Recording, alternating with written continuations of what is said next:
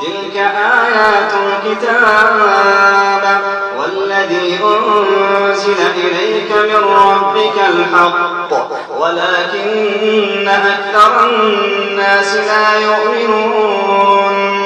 الله الذي رفع السماوات بغير عمد ترونها ثم استوى على العرش وسخر الشمس والقمر كل يجري لأجل مسمى يدبر الأمر يفصل الآيات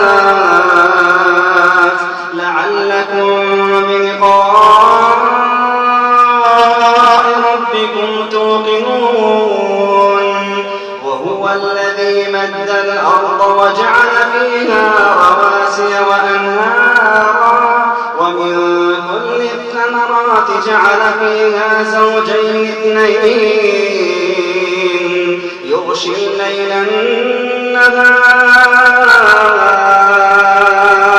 إن في ذلك لآيات لقوم يتفكرون. وفي الأرض قطع متجاورات وجنات من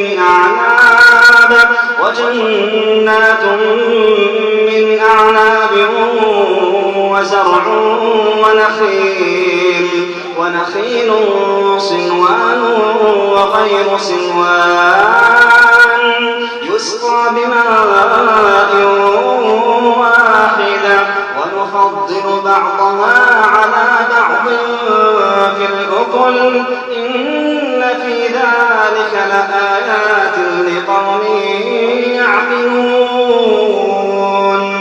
وإن تعجب فعجب قولهم أإذا كنا ترابا أإنا لفي خلق جديد أولئك الذين كفروا بربهم وأولئك الأغلال في أعناقهم وأولئك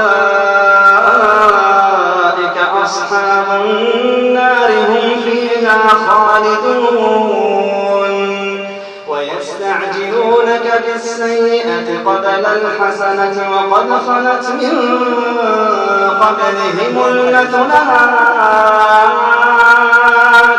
وإن ربك لذو مغفرة للناس على ظلمهم وإن ربك لشديد العقاب.